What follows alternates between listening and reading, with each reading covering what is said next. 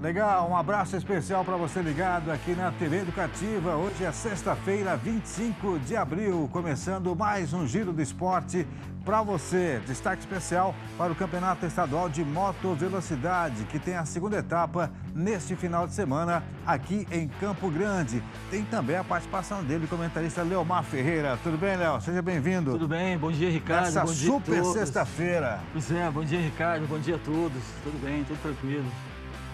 Ricardo, nós vamos falar do jogo do Operário também, da Série B, do campeonato, né?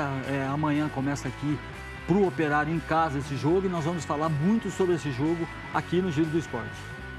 Tem também para você os gols da Libertadores da América, da Copa Sul-Americana e ainda Estadual Série B, que teve a reunião técnica ontem à tarde. O Giro do Esporte está no ar. Vem com a gente aqui na TV Educativa.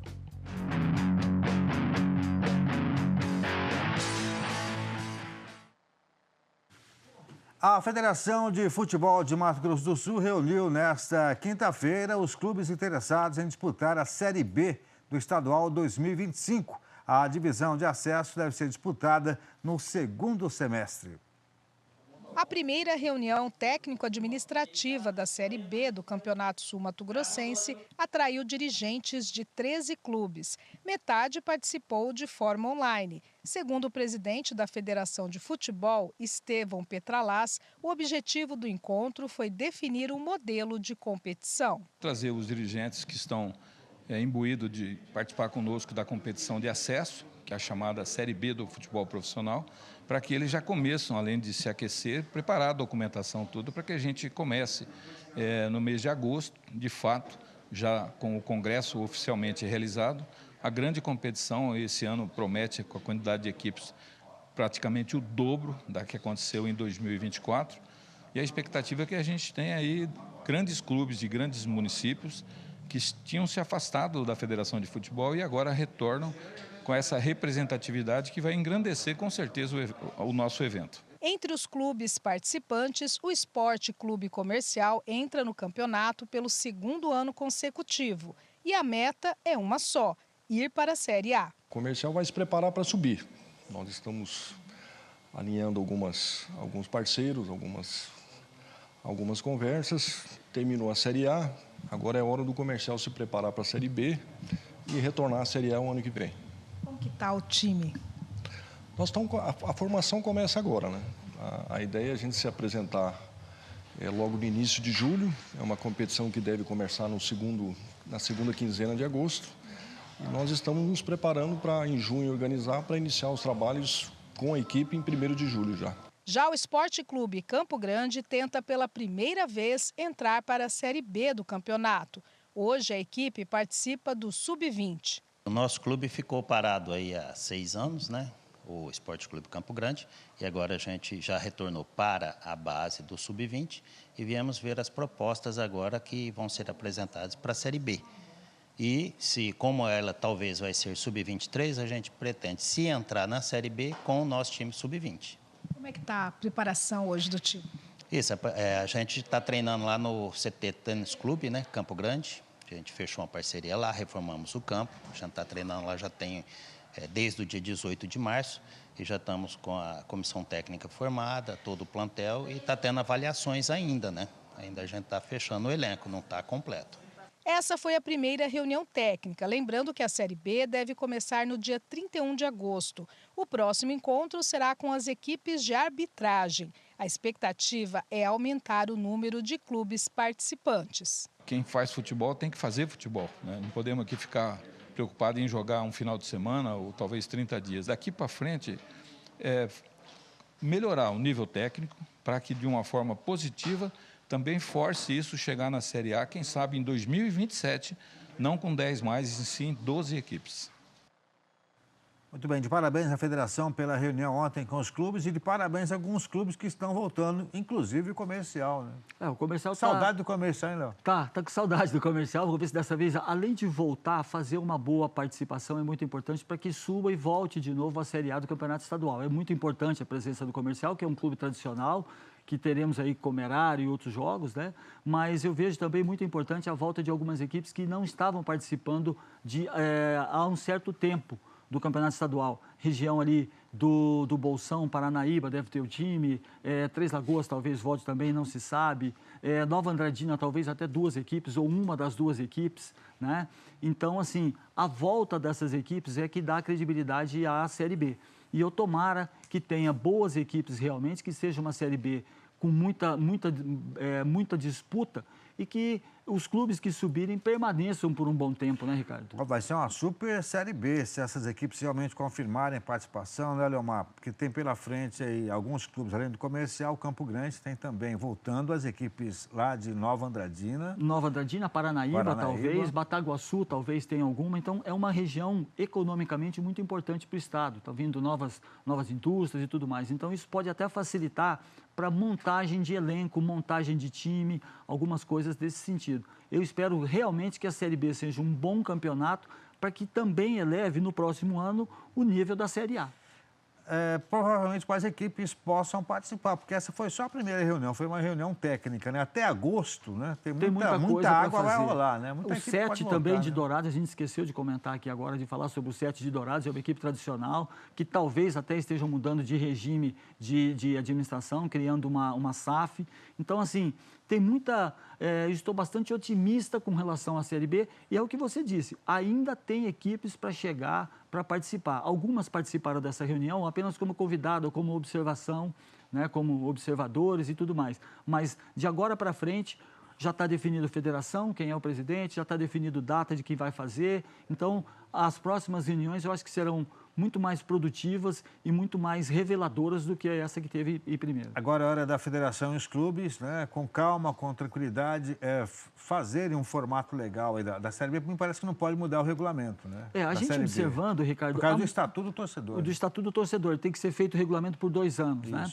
Então, assim, eu acho que nunca foi feito isso anteriormente com tanta antecedência. Vamos começar a pensar dessa forma. Anteriormente se reunia faltando um mês, já tinha alguns clubes, não era de maneira tão antecipada e tão produtiva, tão organizada como está sendo agora. Talvez essa mudança na federação sirva para que comece uma nova forma de administração, principalmente na Série B. Problema crônico do nosso futebol, falta de estádio, né? Então, até agosto dá tempo das equipes providenciarem os laudos, ajeitarem os estádios para que as partidas possam acontecer. Talvez... também. Aqui em Campo Grande parece estar resolvido, mas no interior pode ser que algumas equipes tenham que correr atrás. Exatamente. Eu acho que existem alguns estádios em que estavam até, a certo ponto, abandonados pela administração pública local. Então, vai ter que ter administração, governo do estado também mexer, vai ter que preparar muito mais esses estádios aí para dar o mínimo de condição. Eu acho que o mínimo de condição tem que ter com antecedência. Eu acho que isso vai acontecer. Falamos do futebol da Série B e está tudo pronto para a segunda etapa do Campeonato Estadual de Moto Velocidade. A prova será disputada neste final de semana em Campo Grande. Acompanhe.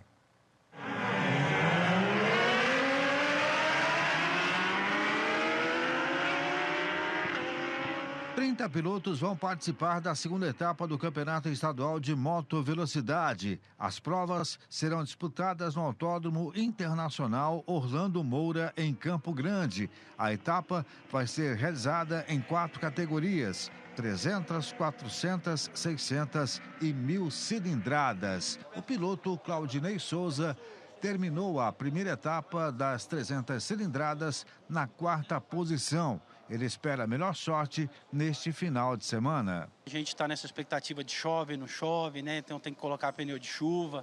É uma experiência nova para mim andar na chuva, né? Então vamos se dedicar a treinamento, né? Para a gente conseguir ter a melhor posição aí no grid aí. A briga pelo título de 2025 está acirrada e já tem pilotos se destacando. Nós temos aí um menino de Cuiabá, o Viana, né? E tem o Adriano também, tem eu, tem o Isaac também, que é o meu filho também, que corre comigo. Então a emoção vai ser muito boa esse fim de semana aí. O piloto Alexandre Ayabi é bicampeão estadual nas 1000 cilindradas, mas este ano não está competindo. Mesmo assim, mantém sua equipe, que hoje conta com 6 pilotos. Mantém aqui de Rio Brilhante, como também a gente tem pilotos de outro estado, né? A gente traz pilotos do Mato Grosso para fazer um time bem legal aqui e fortalecer o nosso esporte. Ele promete voltar às pistas no ano que vem. Esse ano a gente vai dar uma segurada, mas eu acredito que o ano que vem a gente já consegue voltar à atividade aí, né? Com bastante adrenalina aí para todo mundo sentir essa emoção dentro e fora de pista.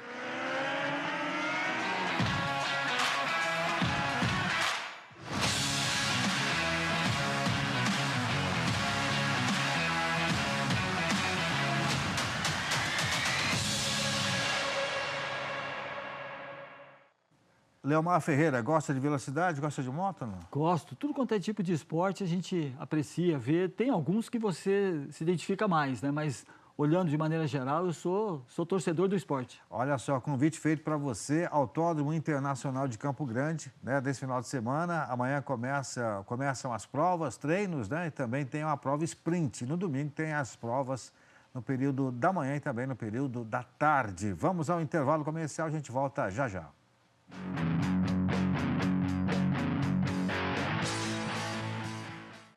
Estamos de volta aqui na TV Educativa com o Giro do Esporte. A terceira etapa da Copa São Paulo de kart acontece neste final de semana no kartódromo da Granja Comari e vai contar com um representante aqui de Mato Grosso do Sul na pista. O jovem Fabinho Bianchi faz a sua estreia na categoria Rotax, competindo com outros talentos de 10 a 12 anos de idade. Apesar da pouca idade, Fabinho já coleciona conquistas. Ele foi vice-campeão sul-americano em 2024 e também campeão no Clube Kart Birigui, em Birigui, São Paulo. O talento parece mesmo estar no sangue. Ele é neto do ex-piloto, tem no pai, Fábio Bianchi, sua maior inspiração e apoio dentro e fora das pistas. Olha ele aí comigo, deu entrevista pra gente aqui pro Giro do Esporte o ano passado.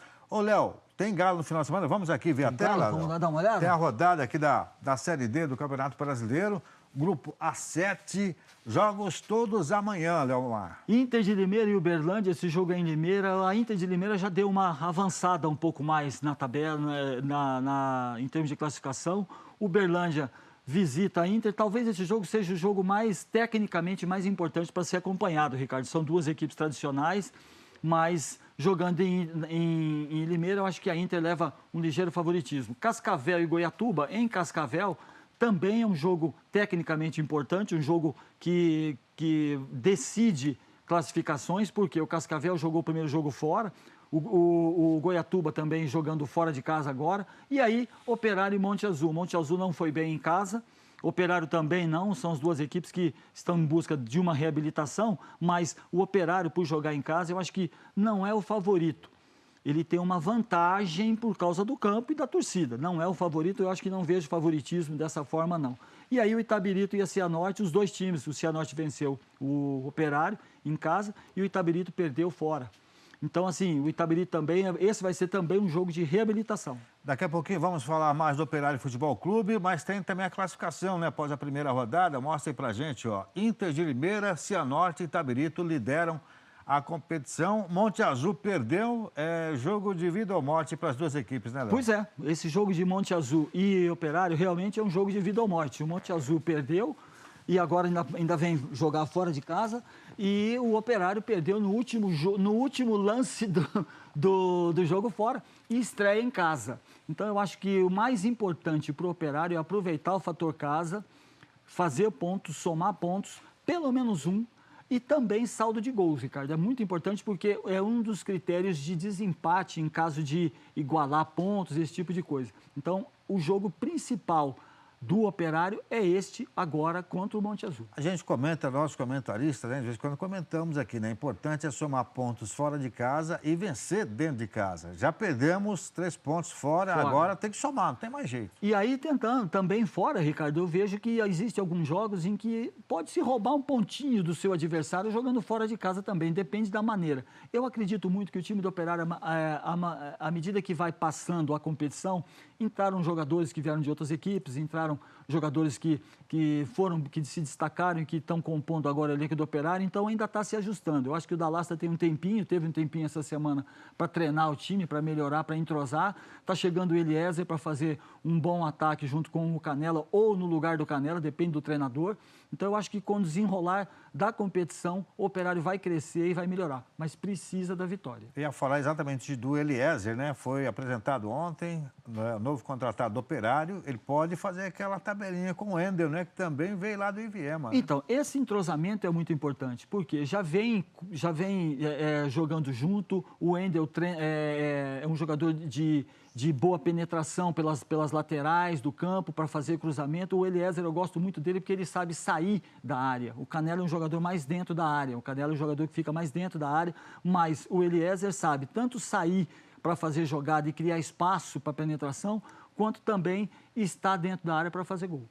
Muito bem, os ingressos já estão à venda de maneira online. Vai ter ingresso lá no Estádio das Moreninhas. Nesse sábado, expectativa de um bom público, Léo? A expectativa de um público bom, né? Principalmente pelo que a própria torcida do Operário fez nas finais do campeonato. Compareceu em massa, incentivou o clube e deu resultado. A gente espera que sábado compareçam também os torcedores, nesse final de semana agora compareçam. É um time que não é bobo, esse time do Monte Azul. É um time que já eliminou alguns times do interior de São Paulo em algumas competições lá, tanto é que ele conseguiu esse resultado, essa qualificação para participar da Série D do campeonato. É o time do Emerson Sheik e do Neymar Pai. Então vem com uma expectativa muito grande, mas essa responsabilidade deles virem para cá e ter que vencer, o Operário tem que tirar proveito disso. Aliás, a torcida corintiana aqui na emissora está na expectativa do Emerson Sheik vir a Campo Grande. Você tem alguma informação? Você tem muito contato com ex-jogadores? Não tenho essa informação. E os santistas também. Os santistas esperando que o Neymar Pai venha para cá também, quer dizer, são dois... Eu acho que não. Eles têm algumas pessoas que já tomam conta do time e eles preferem ficar mais... de forma administrativa e tal, não se envolvem tão com o fator campo como vindo para cá. O Neymar Pai tem uma ligação com o Galo, não tem não? Parece que jogou aqui. Não, jogou no Operário de Várzea Grande. Ah, foi no Operário de lá, então. Foi no Operário de Várzea Grande. Ainda bem que parou cedo. Parou cedo. Parou cedo. Ia dar muito trabalho, né? Eu acho que o Neymar puxou o futebol da mãe, pelo que eu tô vendo. Não tinha tanta habilidade assim, não. Vem cá, o que o Operário tem que fazer amanhã para sair com um ponto positivo, com a vitória, para alegrar o torcedor? O que o Operário tem que fazer? Porque o primeiro jogo jogou direitinho, jogou lá atrás, no contra-ataque, criou boas chances, mas a bola não entrou, né, Léo? Ricardo, eu acho que o grande problema do Operário são os jogadores que a gente fala cascudo, aquele jogador que está acostumado com certo tipo de jogo, né? O futebol de Mato Grosso do Sul, a gente sabe que em termos técnicos é um nível muito abaixo do que, por exemplo, São Paulo, o próprio Monte Azul, Uberlândia, Minas Gerais, Itabirito, que pega times adversários melhores. Então, o Dalastra montou uma espécie de seleção, ou pegou alguns jogadores que se destacaram em outras equipes e montou um bom time. Esses jogadores têm que ser jogadores um pouco mais experientes e saber que são jogos diferentes. Jogar um campeonato estadual aqui, jogar um campeonato... nós está jogando contra o Monte Azul. É outro nível de competição. Entendeu? Aqui, dentro de Mato Grosso do Sul, os jogadores já entram um pouco mais tranquilos, um pouco mais relaxados. Quando esse jogo que ele fez fora contra o Cianorte, a gente percebeu que existe uma certa expectativa por uma estreia numa outra competição. Teve o problema do entrosamento dos jogadores, vieram jogadores, ele fez meio que uma coxa de retalho, mexeu na defesa, né? Trouxe o Dante, mexeu na defesa, mexeu principalmente no meio campo, mexeu no ataque também. Agora, esse período que ele teve de treinamento foi muito bom para poder ajustar as equipes, a chegada do Eliezer.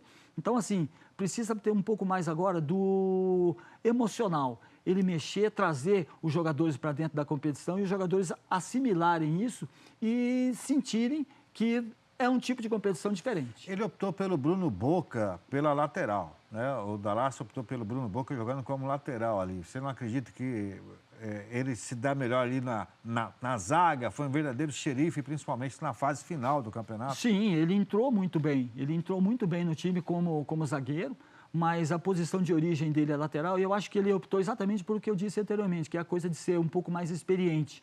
Né? O João, que fez o gol do título, é um jogador mais novo, veio da categoria de base do Guarani de Campinas. Então, assim, ele pode sentir o jogo de uma forma diferente, sentir o ambiente do jogo e tal de uma forma diferente. O Boca é um pouco mais cascudo, né? Um pouco mais experiente e dá uma tranquilidade maior para a defensiva. Eu até imaginaria, é claro que eu não vou entrar na parte técnica, como que o treinador vai montar a equipe, eu imaginaria o Operário com 3 zagueiros. Entendeu? Jogando o Dante, o Boca e o Vinícius, e aí abriria os 2 alas com mais 2 jogadores de meio campo que fariam as alas, daria consistência para a defesa e também apoiaria muito bem o ataque pelas laterais. É uma boa dica, mas a gente vai ficar na expectativa da escalação do técnico Leocir da Lastra para o jogo de amanhã. Vamos continuar falando de futebol porque Bahia e Palmeiras venceram na rodada de ontem da Libertadores da América. Veja os gols.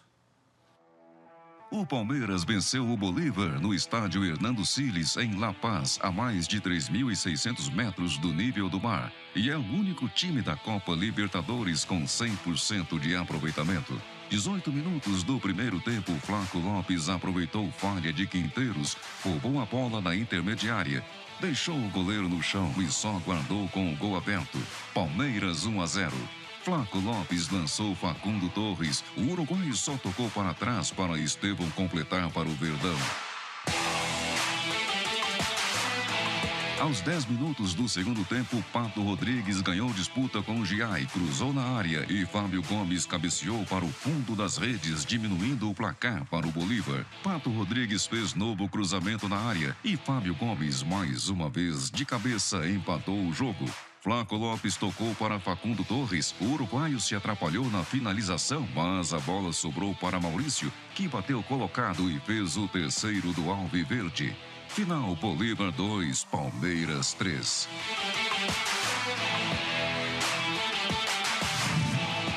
Bahia e Atlético Nacional jogaram na Arena Fonte Nova. Jogo válido pelo Grupo F. 26 minutos do segundo tempo, William José fez o único gol da partida. Com mais uma vitória na Libertadores, o Bahia chegou aos 7 pontos na liderança da competição.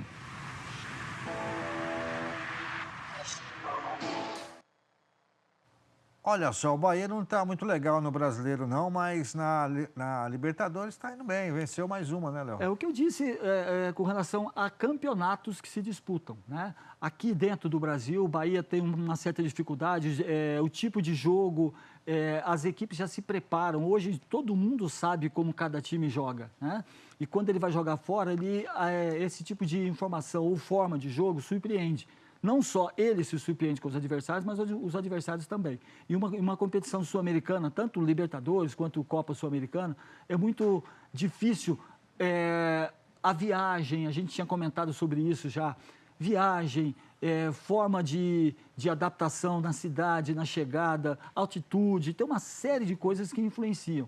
E essa constante jogada também, joga aqui, viaja amanhã, sai, volta, atrapalha. E o Verdão deu uma sapecada, mas quase que não deu certo, quase que empatou, né? Deu uma sapecada no Bolívar lá, 3-2. Né? Deu uma sapecada boa lá, mas assim, a gente não tem chamado muita atenção, não tem prestado muita atenção. O Flaco Lopes está colocando o time do Palmeiras na frente.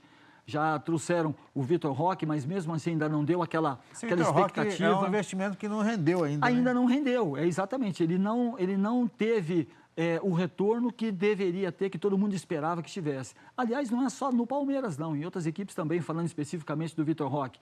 Né? Ele teve no Atlético, estava no Cruzeiro, foi para o Atlético, foi para o Barcelona, chegou, mas ainda parece que não deu aquele É que ele tem empresário confiança. Bom, Leomar. Tem. Tem empresário bom. Tem O cara empresário é bom de lado, empresário bom. De repente, o empresário dele é até melhor que ele em campo, não é não? Mas ainda não deslanchou. E o Flaco Lopes está aproveitando isso. Vamos para o intervalo, voltamos já com os gols da Sul-Americana para você.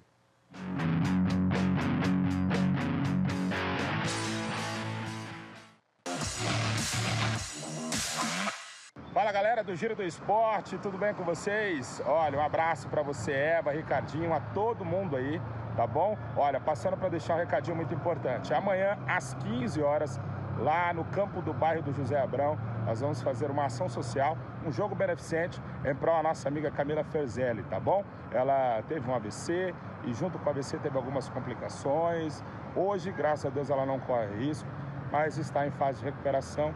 Ela tem uma neném muito nova também, né? Foi mãe recente, tem 29 anos. E nós estamos arrecadando fundos e também fundos hoje em dia, né? O valor pode ser considerado por Pix e também fraldas geriátricas, tá bom? No tamanho M e no tamanho G, e nós vamos estar entregando amanhã lá, fazendo essa boa ação. Tá bom? Você que se tira o coração, quiser ajudar, nós vamos deixar mais informações aí para você, mas eu conto com a sua ajuda e que Deus abençoe, tá bom? Nós estamos organizando lá o Clodoaldo, o Gênesis do Vale, o Thales do Vale e o Matheus Regis. Nós estamos para realmente poder ajudar a nossa querida amiga Camila Freselli. Um abraço para vocês e obrigado. Um abraço para o Matheus Regis, grande narrador esportivo, repórter, fera da comunicação aí. Se você quiser contribuir, pode fazer a sua doação pelo Pix 67992885285 em nome de Maíra Chacha Rosa, ou levar fraldas aí no local da Ação Solidária. A bola rolou pela Copa Sul-Americana com destaque para mais uma vitória do Timão do Corinthians. Para você. Corinthians e Racing jogaram na Neoquímica Arena em Itaquera. Memphis cobrou escanteio fechado na segunda trave. A bola foi desviada e sobrou para Romero dar uma pancada no cantinho, sem chances de defesa para o goleiro do Racing. Final, Corinthians 1, Racing 0. O Grêmio cedeu o empate ao Godoy Cruz em duelo válido pela terceira rodada do Grupo D da Sul-Americana. Edenilson abriu o placar para o Grêmio aos 34 minutos do primeiro tempo. Alzamendi balançou as redes e empatou para o Godoy Cruz.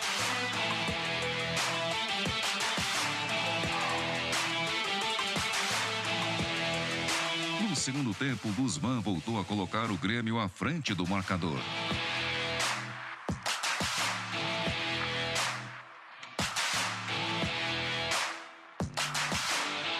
O Godoy Cruz não se entregou e no fim do tempo regulamentar empatou com este gol de Martínez. Final, Godoy Cruz 2, Grêmio também 2.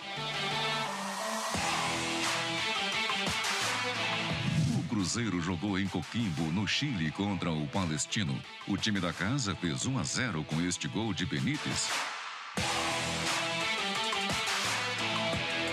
Carlos Eduardo, um dos destaques da Raposa na temporada, deixou tudo igual no placar.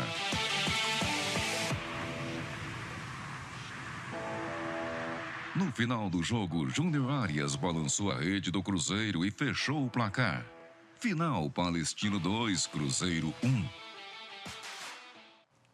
Eu passo a bola para você. Um abraço, Leomar. Até Um abraço a todos. Até segunda. Um abraço. Agradecendo a sua audiência nessa super sexta-feira. Um grande abraço, bom final de semana. A gente se encontra e amanhã tem Galo, em 18 horas. Tem Galo no Estádio das Moreninhas, em Campo Grande. Um abraço, boa tarde para você. Tchau, tchau.